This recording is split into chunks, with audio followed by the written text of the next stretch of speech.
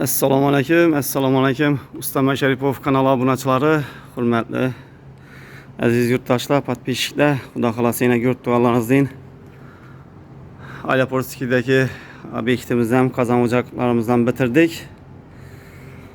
Nazarano'yinda ishladik buni.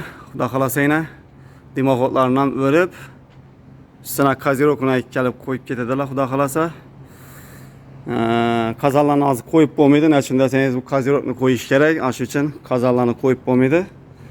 Buni o'dinni yoqib, xudo xolasa, bu bularni eshiklarni buzib, lesani olgandan keyin xudo xolasa kelib bir syomka ketamiz. O'tlarni yoqib. Xudo xolasa, kim agar shunday qozon o'jak qurdirajak bo'lsa, murojaat qilaverasizlar. Xudo xolasa chiroylatib, o'ylangizlar, shuning letni kuxnalarni qurib beraveramiz. Asa sog' olasizlar, salomat olasizlar, hammaning ishini omad do'stlar.